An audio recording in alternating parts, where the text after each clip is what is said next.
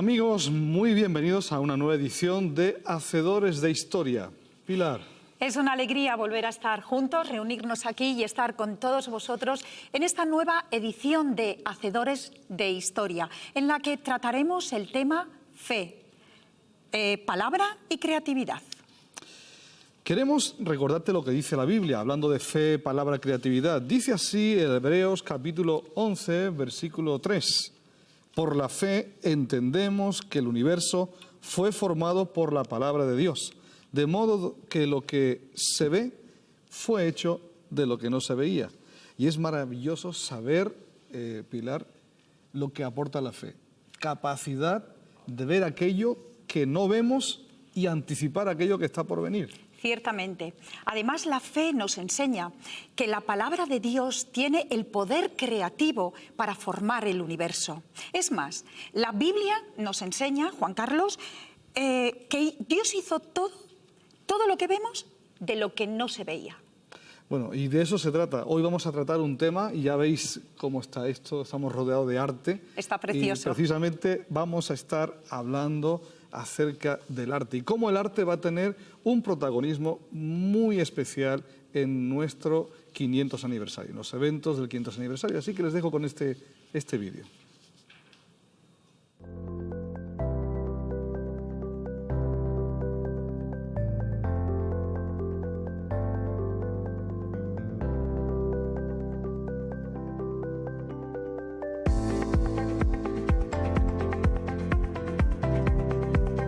Dios no necesita tus buenas obras, pero tu vecino sí.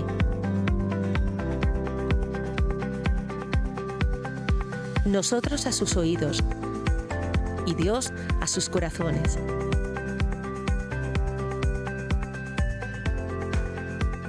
Señor Jesús, tomaste sobre ti lo que tú no eres y me diste lo que yo no soy. Somos responsables de lo que decimos y también de lo que no. Puerta a la Libertad, del 13 al 15 de julio, Within Center de Madrid. Si eres pintor, fotógrafo, escultor, ilustrador, escritor, anímate a participar. Organiza CREA, Creando para Dios.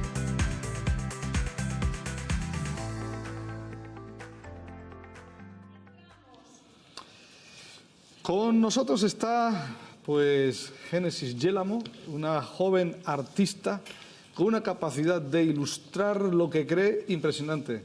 Bienvenida. Muchísimas gracias. Génesis.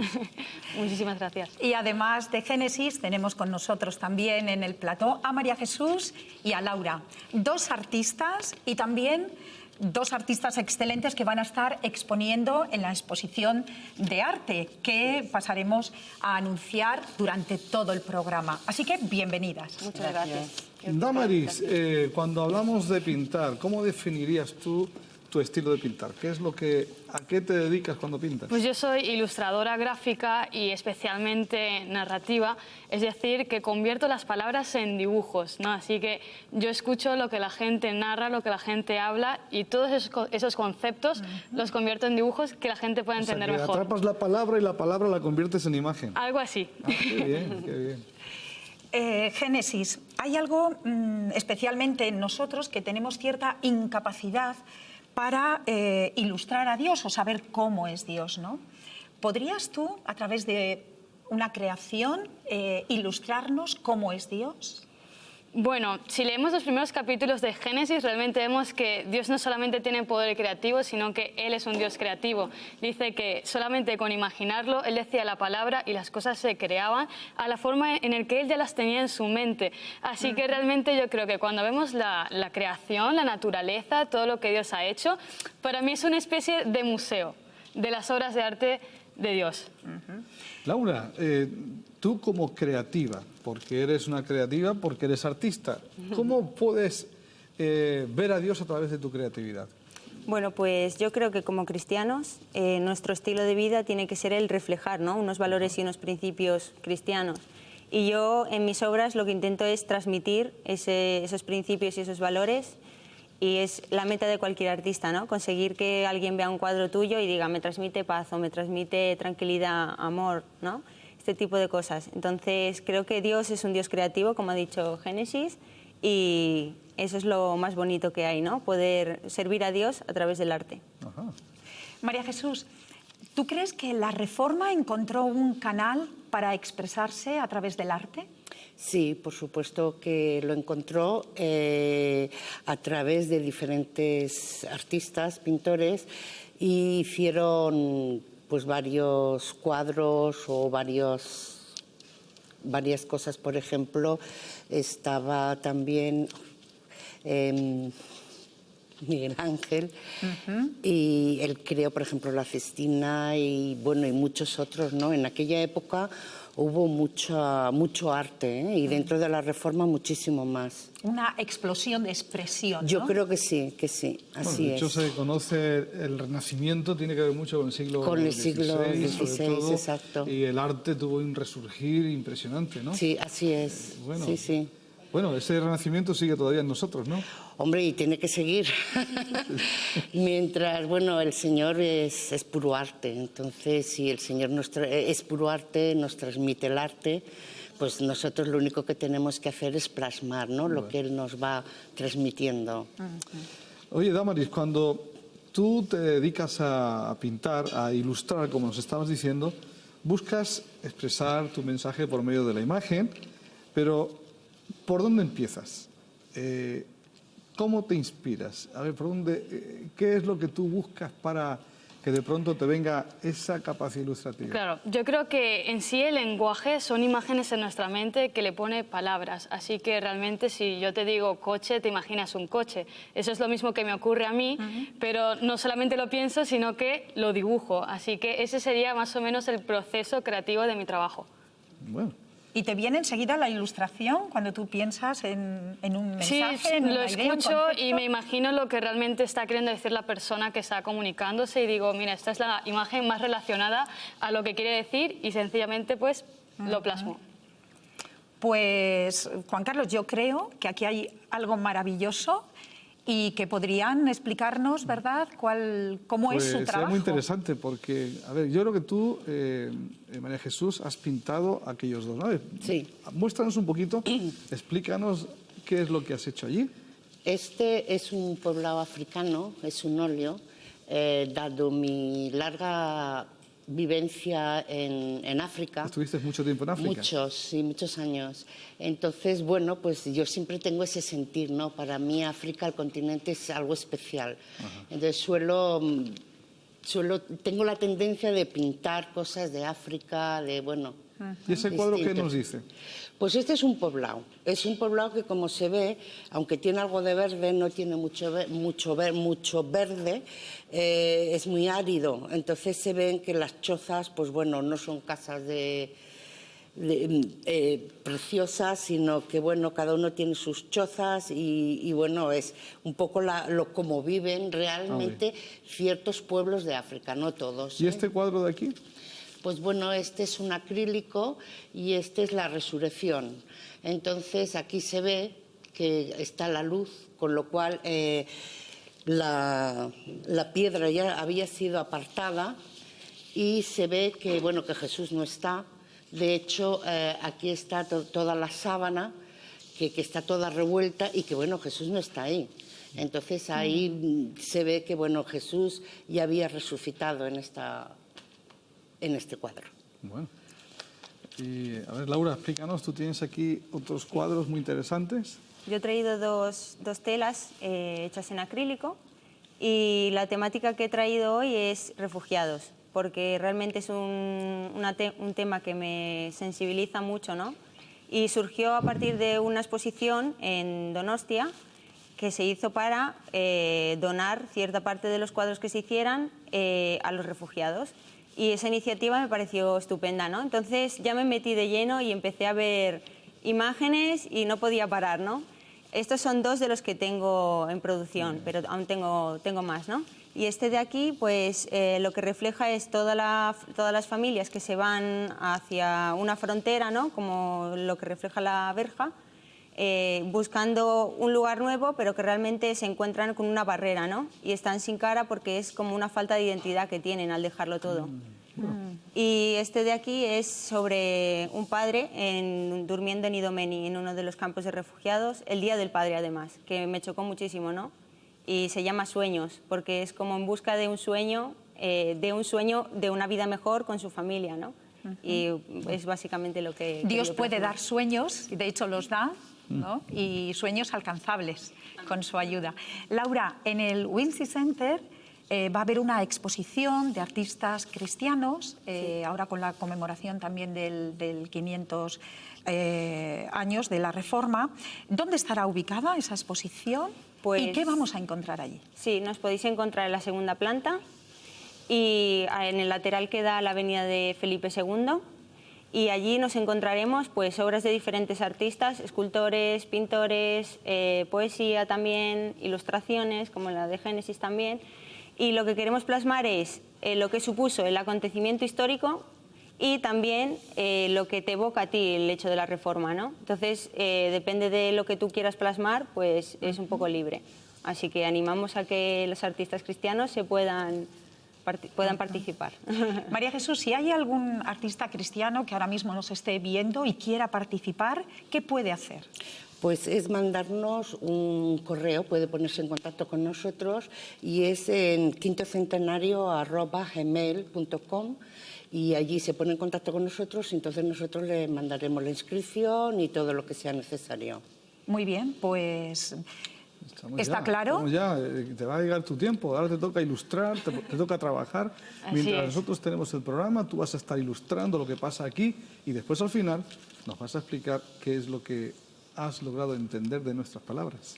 Así es, eso con la ayuda del Señor es lo que estaremos haciendo. Pues para Muy adelante. bien, adelante, manos a la obra. Queridos amigos, tenemos ya la oportunidad de dirigirnos a un momento donde también queremos dar paso a la música. La música forma parte también de la Reforma y no cabe duda de que en España hay artistas maravillosos que nos inspiran, nos invitan a podernos acercar al mensaje del Evangelio a través de la música. Un joven que ustedes conocen, muchos de ustedes conocen, es Darío Benítez.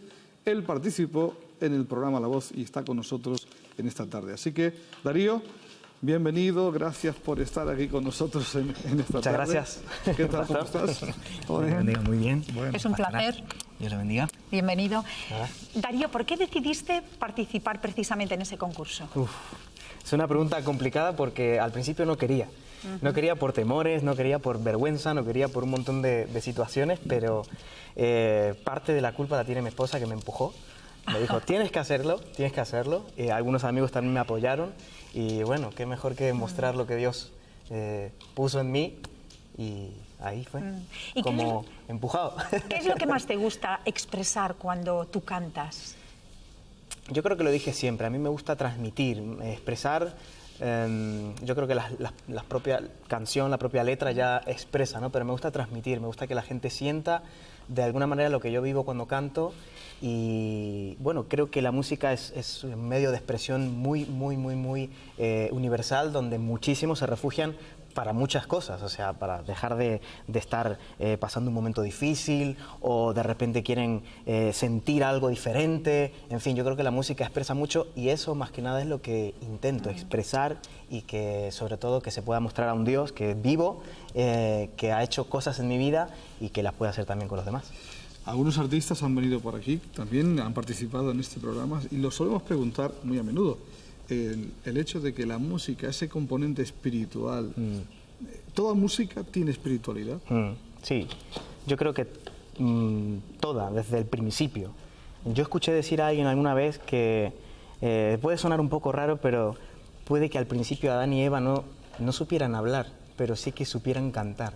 Probablemente ese medio que Dios nos ha dado es esa expresión de quizás no palabras, pero sí de sentimientos, de emociones, y creo que la música transmite mucho, muchísima música tiene intrínseca lo que es la parte espiritual, claro que sí. ¿Qué nos vas a cantar hoy? Bueno, voy a cantar una canción de un grupo que es de Argentina hace muchos años, se llama Puerto Seguro, es una canción muy bonita que a mí ha marcado mi adolescencia, mi infancia, creo que la escuché siempre, voy a hacer una versión y luego voy a cantar una canción mía que quiero presentar un tema nuevo, es un tema nuevo, lo voy a estrenar hoy aquí con vosotros y para todo el mundo. Sí, señor. Se llama Me Amas y bueno, ya está, lo voy a dejar para el final. Muchas Pues, gracias. adelante. Nada, muchas gracias.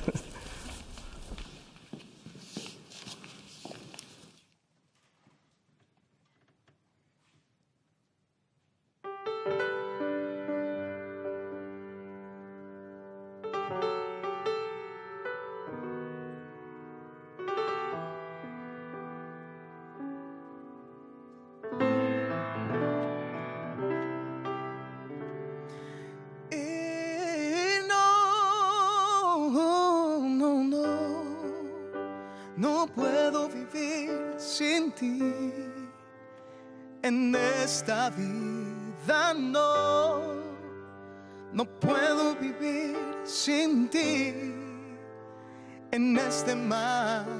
Siento que mi barca se hunde si no estás al lado mío. No puedo vivir sin ti. Cuando no sale el sol y la tempestad se asoma, te busco en mi dolor. Solo clamo a ti en mi soledad. Nace una esperanza en vez de la lluvia recia. Viene a mí la calma porque aprendí a confiar solamente en ti, porque tú me has dado todo y hoy estás cerca de mí. Por eso no puedo vivir sin ti en esta vida, no puedo vivir sin ti en este mar. Siento que mi barca se hunde si no estás al lado mío. No puedo vivir sin ti. Agradecido estoy porque siempre que te llamo escuchas mi voz y quedo en tus manos. Nunca olvidaré el amor que tuviste, siempre te amaré. Pero mientras me queden fuerzas, yo por siempre te diré que no puedo vivir sin ti en esta vida, no puedo vivir sin ti en este mar. Siento que mi barca se hunde si no estás al lado mío. No puedo vivir sin ti.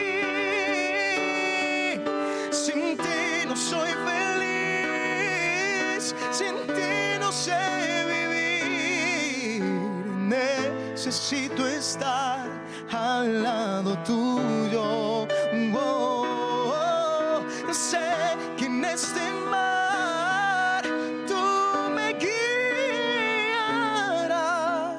guiarás al lugar que he deseado. Por eso no puedo vivir sin ti en esta vida. No puedo vivir sin ti en este mar. Siento que mi barca se hunde si no estás al lado mío.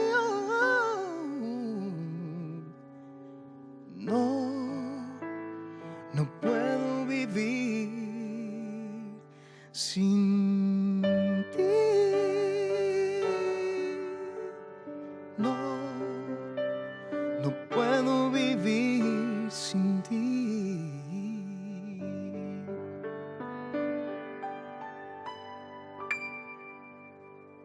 Participa. Los tiempos cambian. La reforma continúa. 500 años. No se cumplen todos los días. Al favor, venga, vete con nosotros. Participa y inscríbete. Participe. Participa. ¿Por qué no vas a participar? ¿Por qué? Participa. Participa. Los tiempos cambian, la reforma continúa. Participa. Participa. Participa. Inscríbete. Participa. 500 años no se cumplen todos los días, así que participa. Apúntate. Los tiempos cambian, la reforma continúa. Participa. Participa. Inscríbete. Participa e inscríbete. Participa e inscríbete. Participa e inscríbete. Participen, los tiempos cambian, la reforma continúa. Te invito a que participes y que te inscribas ya. Es una gran oportunidad, no la dejes pasar. Que participa, inscríbete ahora mismo. Os necesitamos, te necesitamos. Amén. 500 años no se cumplen todos los días. Participa. Los tiempos cambian, la reforma continúa. Participa. Participa, inscríbete.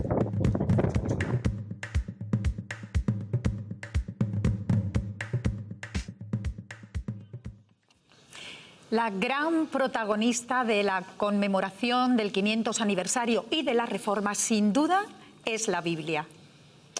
Hoy tenemos con nosotros, Pilar, a un amigo que ya ha estado otra vez en Hacedores de Historia, y como el protagonismo lo tiene en esta ocasión la Biblia, tenemos a don José Luis Arandaver, que es el director de Sociedad Bíblica. Bienvenido. Encantado de estar aquí en Hacedores de Historia otra vez. Tú eres un historiador, ¿eh? Bueno. Yo sé que vosotros lo sabéis, pero quizás a algunos de los amigos que nos siguen en el transcurso del programa les será útil saber que la Biblia es el libro más vendido en el mundo, que se estima que alrededor de 5.000 millones de personas tienen una Biblia, que ha sido traducida casi a unos 2.800 idiomas de los 6.877 lenguas que existen vigentes hoy en día.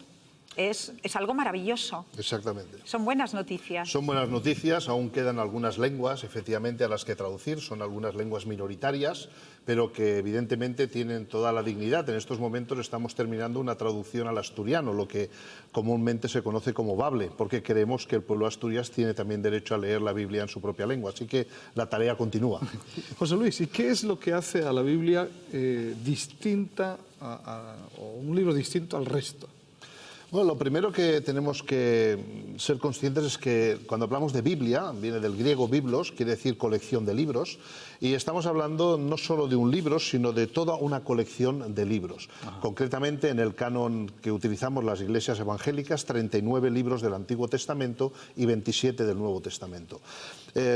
También tenemos que tener en cuenta que la Biblia, a diferencia de los libros o los escritos de otras religiones, no es un libro que surgió, digamos, por una generación espontánea o porque alguien o un supuesto Dios pues dictara al oído de los escritores el texto, sino que estamos hablando de un proceso de edición de un texto que abarca aproximadamente unos 1500 años, en el que participan todo tipo de personas, participan reyes, participan gente corriente del pueblo, participan poetas, participan escritores, participan profetas, es decir, una gran variedad de personas a lo largo de esos 1500 años, y también en una gran variedad de estilos literarios. Fíjate que hablamos de un proceso de formación de unos 1500 años, y es curioso que a pesar de ese proceso de formación, lo que creo que hace a la Biblia un libro único y tan especial es que lleva un hilo conductor, y ese hilo conductor es el amor, el mensaje del amor de Dios, el creador del universo, y el mensaje del amor de ese creador que ve su creación que es desvirtuada por el pecado, y Dios se hace presente en la creación. En el Antiguo Testamento a través del pueblo de Israel, y en el Nuevo Testamento a través del mensaje de Jesucristo. Y ese hilo conductor del amor de Dios es lo que hace de la Biblia un libro único y que le da unidad a todo un proceso tan largo de formación, claro está. José Luis, la Biblia, tal y como la conocemos ahora en nuestros tiempos, no tiene nada que ver a cómo fue escrita originalmente y cómo se presentaba. Brevemente, pero es interesantísimo, ¿cómo fue ese proceso de la escritura de la Biblia y cómo eran las escrituras en el tiempo de Jesús? Bueno, pues decirlo brevemente y de una manera sencilla, pues voy a intentarlo. Es un reto. Gracias. Bueno, quizás si pensamos en los principios de la escritura, quizás en pantalla podréis ver ahora algunas imágenes. Por ejemplo, tenemos una primera imagen que es lo que se llama un ostracón, que es un trozo de cerámica, donde ya en los primeros escritos aparecen. Tenemos otra imagen más, ahí lo vemos en una piedra. Son principios de escritura donde encontramos análisis históricos, a veces simplemente una lista de la compra. Pero ahí la escritura empieza.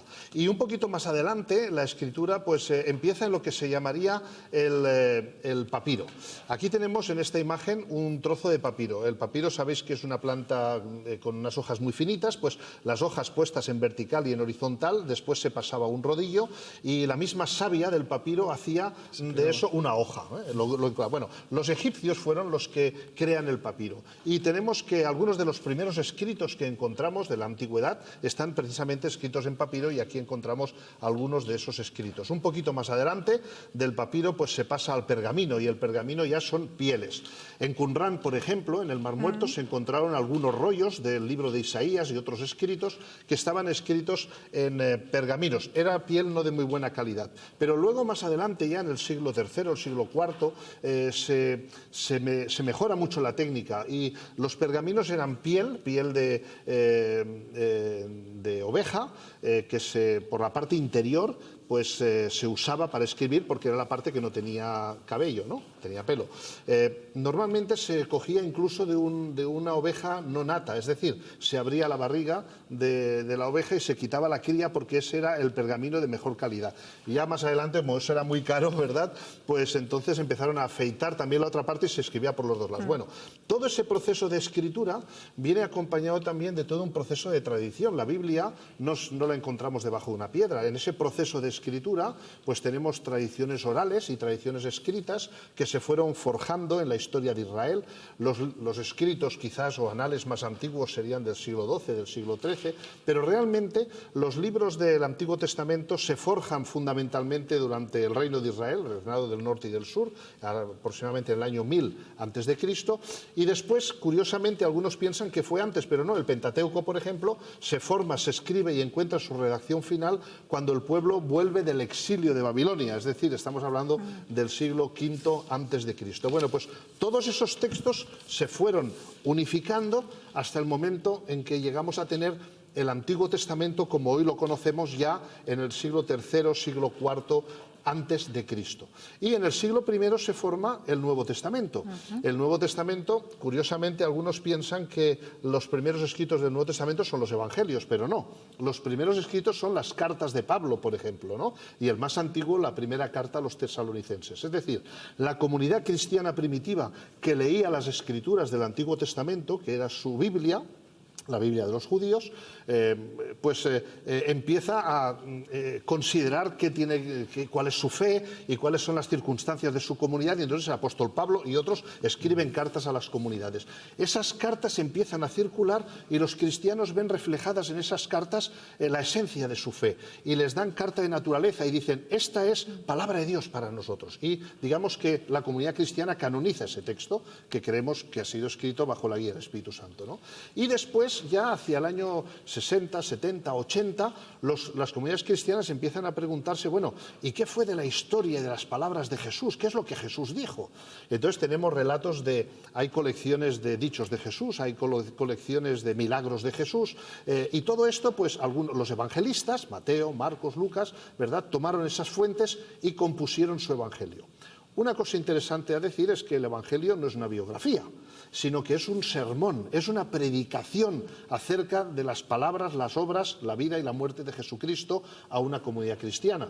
Y así Marcos escribe a una comunidad cristiana que probablemente se encontraba en Roma, Lucas escribe a una comunidad gentil que probablemente se encontraba en Alejandría, y Mateo pues a una comunidad de judeocristianos que habían sido conversos al cristianismo pero que vendían de ascendencia judía, ¿no? Y así surge el Nuevo Testamento. Esto es un seminario, pero así. Sí. No, bueno, es que he dicho tan rápido, pero por lo menos nos da una síntesis, ¿no? Unido con nuestro tema, ¿la reforma hubiese sido posible sin la Biblia? Bueno, pues mira, vamos a ver, fíjate, si nosotros miramos la historia de las religiones o de cualquier movimiento social, cuando hay una reforma, para esa reforma hace falta un punto de referencia. Si vamos a reformar algo es porque queremos que algo se ha deteriorado y tenemos que restablecerlo. Y un punto de inicio. Tiene que haber un punto de referencia. Y el punto de referencia de la fe cristiana es la Biblia, las Sagradas Escrituras. Y efectivamente Lutero, en su lucha espiritual, porque él tenía un gran temor al infierno, en esa lucha espiritual por su salvación, pues él a lo que se acoge es a la palabra de Dios, porque él era profesor de Sagrada Escritura. ¿Y cómo era la Biblia en ese momento?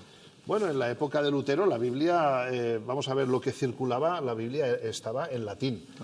Si nosotros, pero ¿qué ocurre? Que ya en la Edad Media el latín estaba en decadencia y empezaron a surgir ya hacia el siglo XII y al siglo XIII ya empezamos a tener algunos escritos de Biblia en lenguas vulgares, diríamos, ¿no? Pero en ese momento, en la época de la Reforma, la Biblia que imperaba era la traducción que hizo San Jerónimo en Belén, en el siglo IV antes de Cristo, el siglo IV, perdón, de nuestra era, en el que San Jerónimo lo que intenta es que la gente tenga la Biblia en su propia lengua, en la lengua del vulgo, por eso se llama la Vulgata, la Biblia en latín. Pero ya en la época de la Reforma el latín ya está en bastante desuso y las lenguas romances empiezan a tomar carta de naturaleza y hacía falta traducir la Biblia en las lenguas romances. Y eso fue lo que hizo Lutero. Lutero lo que hizo fue traducir la Biblia al alemán. Al alemán. Claro, ¿Y en castellano cuál fue la Biblia más antigua, la que tenemos más antigua, el escrito bíblico más antiguo que tenemos? Bueno, pues mira, tenemos, por ejemplo, podemos hablar acerca del año 1266, cuando Alfonso X el Sabio decide escribir una historia universal y se fundamenta en textos bíblicos para hacer una historia universal. Y entonces, pues, hace un texto bíblico, ¿no? Historia general lo llama, y él para esa historia general quiere introducir el libro de los Salmos, y ahí tenemos una parte. Tenemos anterior a eso, de la misma época del Cantar del Miocid, tenemos también unos escritos que explican acerca del viaje de un señor que se llama Facienda de Ultamar, que se fue a Palestina y entonces escribió su historia de su viaje e introdujo pasajes bíblicos, ¿no? Pero vamos un poquito más adelante, ya nos encontramos, por ejemplo, algunas de las primeras Biblias interesantes. Yo he traído alguna hoy, por ejemplo. He traído este texto, que es una traducción de la Biblia, ¿verdad?, del Antiguo Testamento. Esto es la Biblia que se conoce como la Biblia de Ferrara. Esta Biblia fue traducida en la ciudad. Es una Biblia de bolsillo, ¿no? Sí, esto es una edición facsímil. Fue traducida en la ciudad de Ferrara por dos judeoconversos, uno era portugués, el otro español, se fueron a Ferrara y tradujeron la Biblia, pero fíjate, esto es el Antiguo Testamento en ladino, que era el judeo español, pero escrito con caracteres latinos. Es interesante que... ¿Sabes leerlo? No. Es interesante que este texto, que todavía está vivo entre los sefardíes españoles de origen español, que viven distribuidos por todo el Mediterráneo, este texto fue fundamental para otro texto que surgió después, que es la Biblia del Oso, que hablaremos de ello. Otro ejemplo de traducción, bueno, no de traducción, sino de obra bíblica extraordinaria, es la Políglota Complutense, este libro que tenemos aquí, que está escrito con varias columnas, en griego, en hebreo, en siríaco, en latín, que es un esfuerzo por volver a las fuentes del conocimiento. Fue ordenada por el cardenal Cisneros en la Universidad de Alcalá de Henares. Pero ya como traducción, propiamente en el siglo XVI, tenemos varios esfuerzos. Juan de Valdés, por ejemplo, español, tradujo Mateo y los Salmos y otras obras que escribió. Tenemos a Juan Pérez de Pineda, que tradujo el Nuevo Testamento, y antes de él tenemos a Francisco de Encinas, que publica su Nuevo Testamento, un burgalés, que por cierto en Burgos se están haciendo unos actos extraordinarios en relación a ello.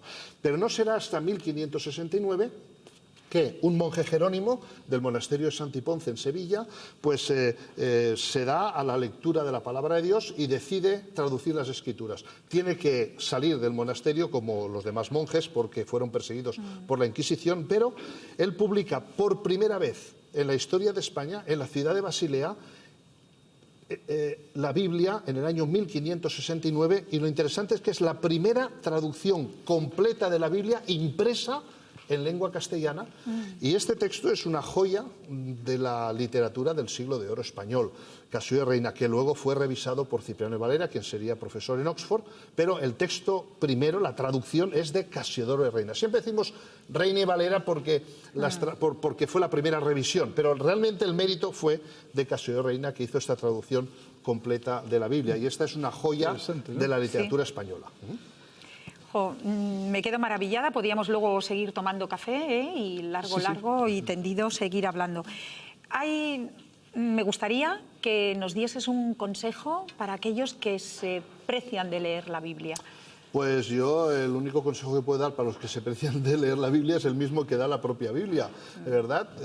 Y si pusiéramos en refrán español, obras son amores y no buenas razones. Es decir, si lees la palabra, vive la palabra. Es decir, encarnar el mensaje de Jesucristo. Porque fíjate, una de las cosas más maravillosas que nosotros encontramos es que la Biblia es un libro que se traduce y siempre es traducible, porque Dios mismo se tradujo.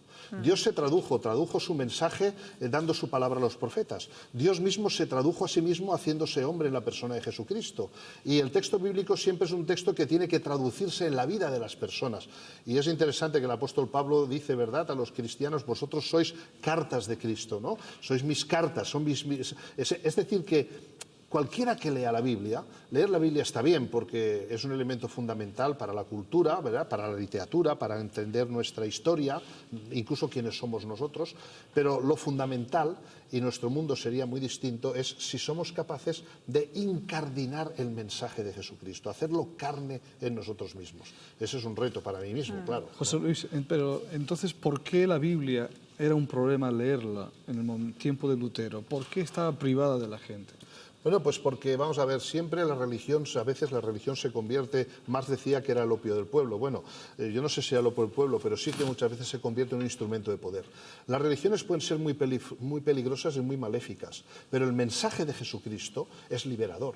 Lo que pasa es que quienes dirigen las religiones, y quizá nos tenemos que incluir todos ahí, a veces queremos controlar la vida de los demás intentando imponerles cuestiones que a veces son, digamos, secundarias al mensaje fundamental que nos da Jesucristo. ¿Porque no hay cierto miedo a cómo se puede interpretar un texto? No, yo creo que no, porque fíjate, si nosotros podríamos intentar este texto, cómo lo entenderían los lectores originales para entenderlo nosotros. Pero yo creo que hay un elemento fundamental en el mensaje de Jesucristo y es un elemento que cualquiera que nos escuche hoy lo va a entender muy bien. La necesidad más importante del ser humano es amar y sentirse amado. Esto es lo más maravilloso que puede haber. Cuando tú te sientes amado y eres capaz de amar, es lo más maravilloso. Y el mensaje de Jesús es ama al prójimo como a ti mismo. Es decir, esa combinación del amor de Dios y el amor entre los hombres y las mujeres, el amor entre todos nosotros, que que es capaz de germinar una nueva realidad. Porque Dios hizo este mundo por amor y por amor vino Jesucristo. Lo cual, ¿no? Esto es interesante lo que estás diciendo porque evidentemente está claro que Lutero no tiene un encuentro con la Biblia para romper la Iglesia, porque el amor no viene a rompernos, no viene a dividirnos. Evidentemente, lo que Lutero se encuentra es con una sociedad que está viviendo una degradación tremenda. Mira, estábamos bajo el imperio de Carlos I de España, V de Alemania, un sacro imperio católico, ¿verdad? Con una gran expansión, con un gran poder. Los príncipes de Alemania no estaban contentos con esto, no les agradaba pagar impuestos al Papa de Roma para erigir la Basílica de San Pedro. Había el descontento del campesinado, es decir, había elementos sociales, políticos y económicos muy convulsos en aquel momento. Pero además había una gran corrupción en la Iglesia. O sea, esto está constatado históricamente, no es anticatolicismo, es una realidad histórica. Había una gran corrupción y la Iglesia quería dominar la vida y la hacienda de las personas, cuando el mensaje de Jesucristo es liberador. Y Lutero dice, no, perdón, primero la salvación es solo por la fe en Jesucristo, en segundo lugar es solo por la gracia de Dios. Y eso lo descubrimos en las Sagradas Escrituras. ¿Qué hay que hacer? Dar la palabra de Dios al pueblo. Y entonces Lutero lo que hace es traducir las Escrituras para que todas las personas tengan fácil acceso al mensaje. Hay una pregunta que quiero hacerle, porque además es una pregunta que es muy pertinente para... Pero que sea fácil, ¿eh? Es fácil. Yo me porto bien contigo. Sí, sí. Además, estamos en directo, no tengas... No puedo portarme mal contigo ahora. Estoy pensando, ¿por qué al final tenemos distintas Biblias? Por ejemplo, el catolicismo, el protestantismo, tienen distintas Biblias, sin embargo, hubo una misma fuente. ¿Cuál es la razón? Sí, bueno, lo voy a explicar muy facilito. Algo sencillo. Claro, mira, muy fácil de explicar. Biblia solo hay una. Bien. Lo que ocurre es que hay, vamos a ver, una cuestión es el texto bíblico y otra cuestión es las notas que cada iglesia quiere poner a ese texto bíblico para que las personas lo lean según la interpretación de su iglesia. Nosotros creemos, en la tradición protestante, es que las Biblias no lleven notas de carácter doctrinal de las iglesias particulares.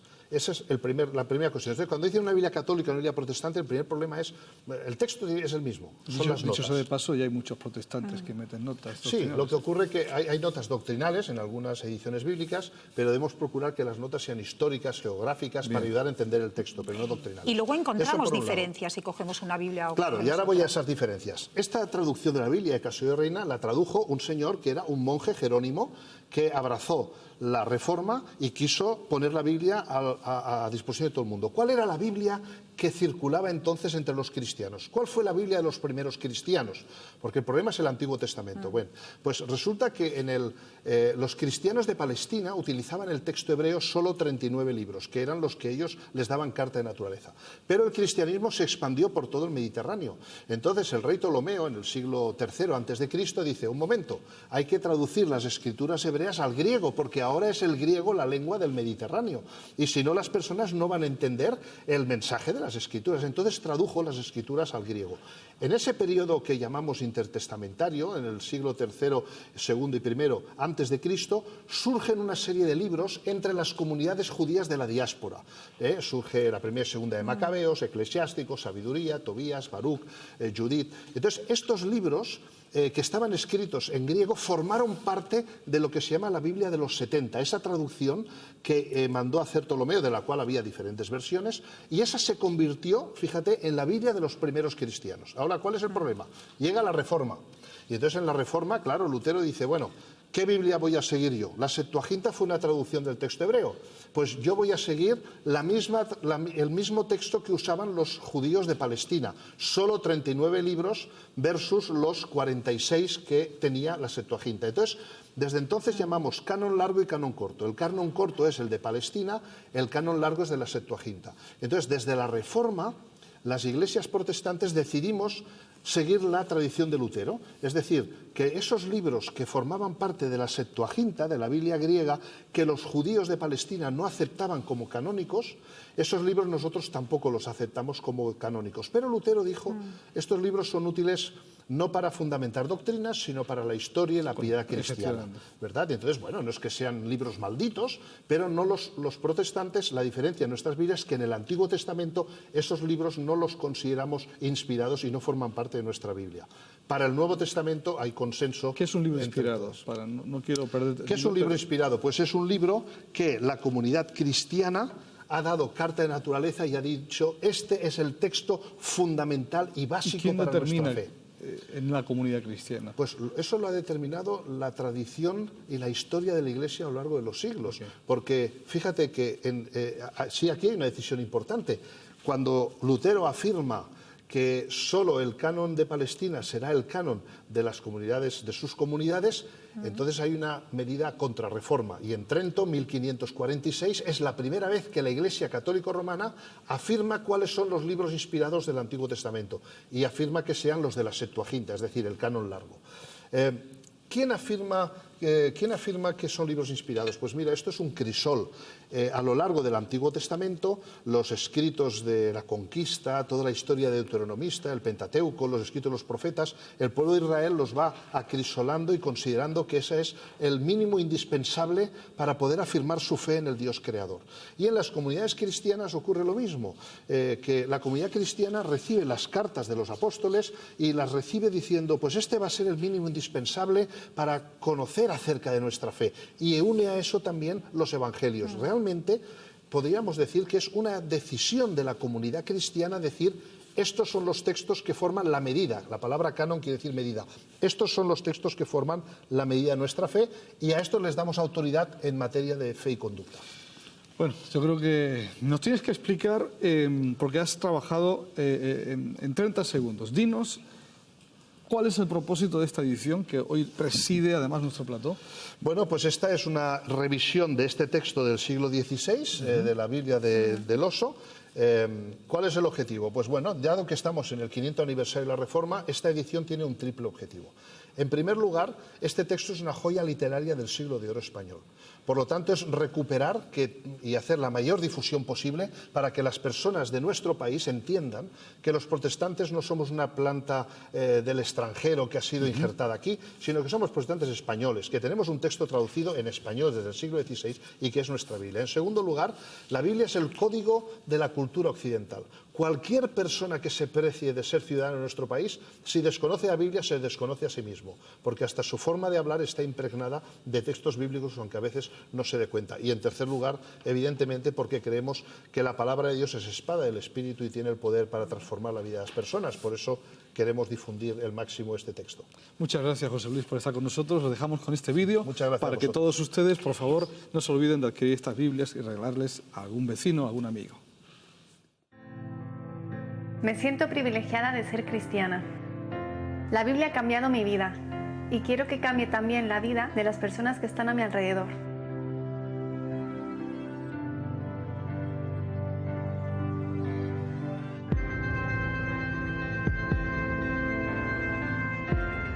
Por ese motivo, oro por ellos y les regalo esta Biblia.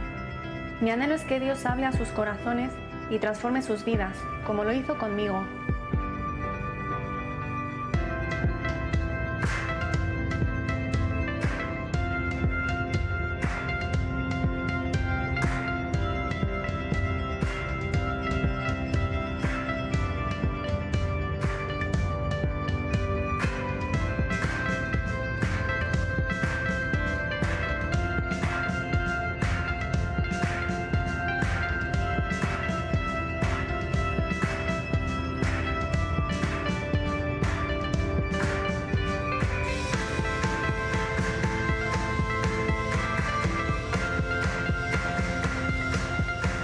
Tengo 1.000.000 de razones que dar acerca de mi fe y mi esperanza. Quiero dar razón de mi fe. Quiero dar la palabra de Dios.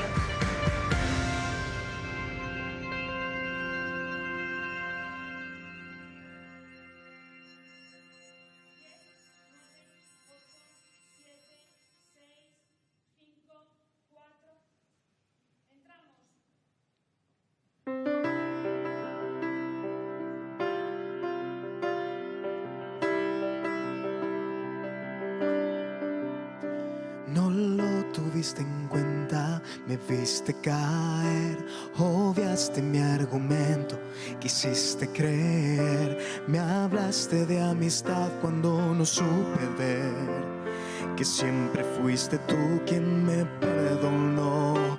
Cambiaste mi tristeza, me hiciste un nuevo ser, limpiaste mis heridas, guiaste mis pies, me hablaste de amistad y no supe entender tu amor irrepetible y tan real.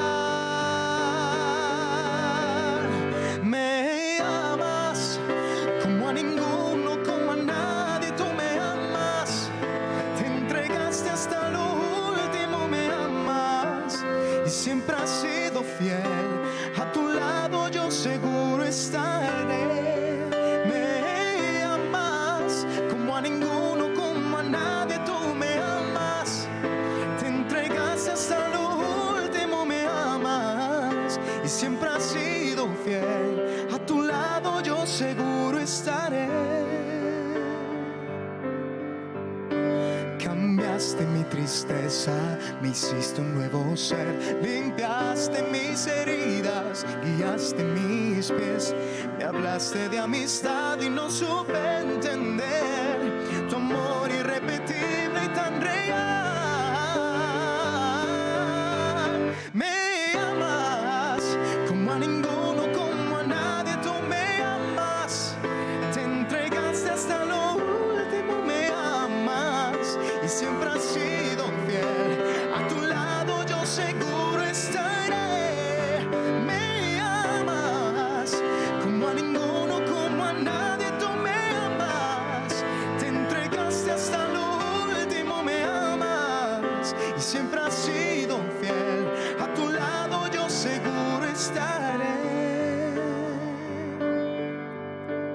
Renuevas mi ser, Cada vez que sale el sol, me atraes, Jesús, con cuerdas de amor. Das calma en la tormenta, seguro estoy. Me amas como a ninguno, como a nadie, tú me amas. Te entregaste hasta lo último, me amas.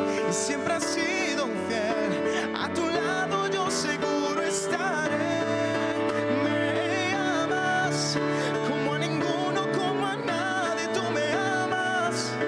Te entregaste hasta lo último, me amas.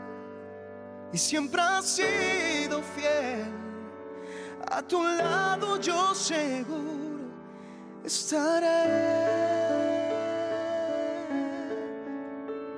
Jesús.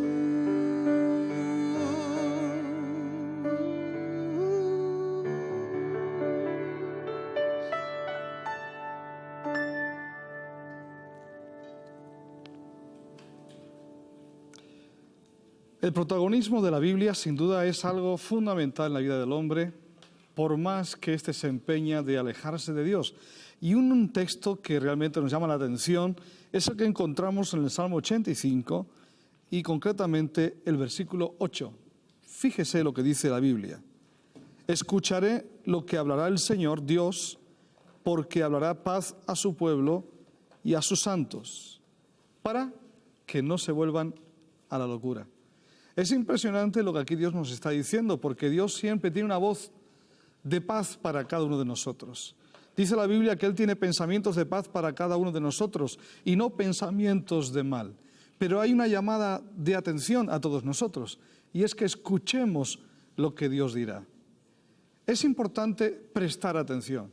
No todos los que tienen oídos escuchan, y por eso algunos, aunque oyen, es como el que oye llover, no prestan atención. En una ocasión, en un evento en el que estaba involucrado hace ya algún tiempo, teníamos una comunidad de sordos participando en esa actividad. Y estando en ello, me dirigí a la líder que coordinaba este grupo y les dije de esta manera: ¿dónde queréis que coloque al grupo de sordomudos? Y al decir esto, la líder me responde y me dice: Pastor Juan Carlos, no son sordomudos, son sordos. Y son sordos, y esto es lo que causa el que no puedan hablar. Lo cual me llamó la atención, porque precisamente el no poder escuchar hace difícil el poder hablar y por tanto impide a veces el progreso, el desenvolvimiento. Esto en pedagogía es un principio. Aquellos que no saben escuchar no aprenden. Y el que no aprende vive en una línea de obstinación y una línea también de continuo fracaso en su empeño en querer tener siempre la razón. Uno de los grandes problemas que tenemos en la educación, en la formación de los niños, también incluso en la corrección de aquellos que son mayores, es el no saber escuchar. Y cuando no escuchamos, nos volvemos a la locura porque entramos dentro de una inercia, dentro de una actividad interna de desbocamiento. Hacemos de nosotros verdaderos protagonistas de todo aquello que nos rodea y esto causa una desestabilización importante en nuestra vida. Dios quiere que le escuchemos. Cuando nosotros escuchamos a Dios, entramos dentro del camino de la paz, porque la paz es como consecuencia de equilibrio y el equilibrio interior no es otra cosa que una confluencia de sentimientos que van ligados también a formas de pensar correcta. Jesús lo dijo, y lo dijo a su pueblo: escucha Israel, el Señor nuestro Dios, el Señor uno es. Cuando se le preguntó a Jesús acerca de el gran mandamiento, esta fue la respuesta de Jesús: escucha, escucha, porque si escuchas puedes amar. Y es difícil que una persona exprese amor si no sabe escuchar. Así es con Dios. Muchos hablan de Dios y pocos le escuchan. Y por eso hay tanta gente religiosa loca, porque solamente hablan de Él, pero no saben escucharle. Y como no lo escuchan, no aprenden de Él. Y como no aprenden de Él, no saben amarle. Hay mucha religión y poco amor en esa religión. Todo como consecuencia de no dar a Dios espacio en nuestra vida. Probablemente estás viviendo un tiempo de inquietud, un tiempo de locura personal, un tiempo de desajustes, un tiempo donde ves que tu familia, tu vida se ha venido al traste. Piensas que todo se está viniendo fuera de control. Mas ahora yo te invito a que escuches a Dios, porque si escuchas a Dios, siempre a través de la Biblia viene un consejo certero para tu vida, que pondrá sin duda en una buena perspectiva, en un buen lugar, tu destino. Un punto de partida que tiene que ver siempre con escuchar a Dios. Dios te ama y tiene un propósito para tu vida. Escucha a Dios. Tiene paz para ti. Y la paz es como consecuencia de tener al Dios que nos ama en nuestro corazón. Jesús está deseando entrar en tu corazón. Escúchale y dale espacio para un nuevo tiempo en tu vida. Todo está dispuesto para la conmemoración del 5º centenario de la Reforma, del 10 al 15 de julio en Madrid. La semana comienza con la llegada de miles de jóvenes al campamento urbano. El día 12 se iniciará el 8º Congreso Evangélico y los días 14 y 15 participaremos de 2 cultos unidos inolvidables. Y como colofón, el día 15 disfrutaremos del concierto en el Withing Center. Además, la mañana del 15J, los llamados afuera, daremos testimonio de nuestra fe y proclamaremos el Evangelio como nunca antes en la Fiesta de la Esperanza. Queremos desde este lugar, desde la Plaza Neptuno, para toda España, convocar a la Fiesta de la Esperanza. Un evento como nunca antes en la historia de nuestro país. Debemos de prepararnos para algo que va a captar no solamente la atención de mucha gente, sino que va a impartir un mensaje de esperanza como nunca antes. Por eso queremos que como iglesia tú no puedes faltar. Debemos de estar todos juntos, porque aquí en este lugar miles de creyentes de todos los rincones del país nos vamos a dar cita para escuchar el mensaje del Evangelio. Muchos todavía hoy no se han enterado de que Dios les ama y tiene un propósito con su vida. Es un momento para la historia de España que nunca antes hemos vivido. Por eso te invitamos a que hagas un hueco en tu agenda y vengas a Madrid, para que desde Madrid, para España y Europa podamos proclamar a una iglesia viva que tiene un mensaje sin duda único para el tiempo que nos toca vivir. Ven con los tuyos, ven con tu pueblo, ven con tu familia aquí a la Fiesta de la Esperanza.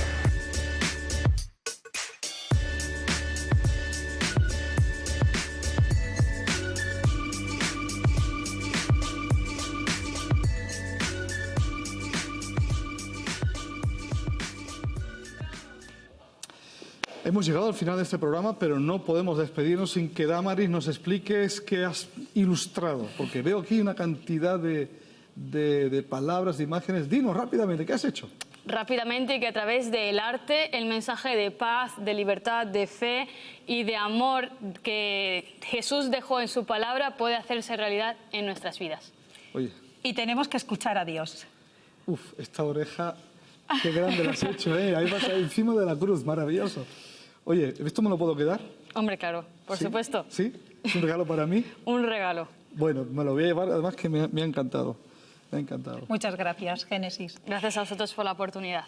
Y también gracias a todos vosotros por haber estado una vez más acompañándonos aquí en Hacedores de Historia.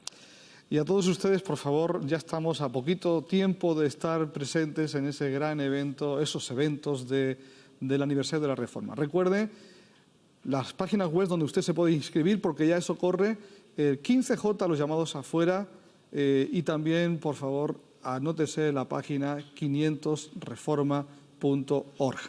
Un saludo, un abrazo grande y recuerde, haga historia en el nombre de Jesús. Dios los bendiga.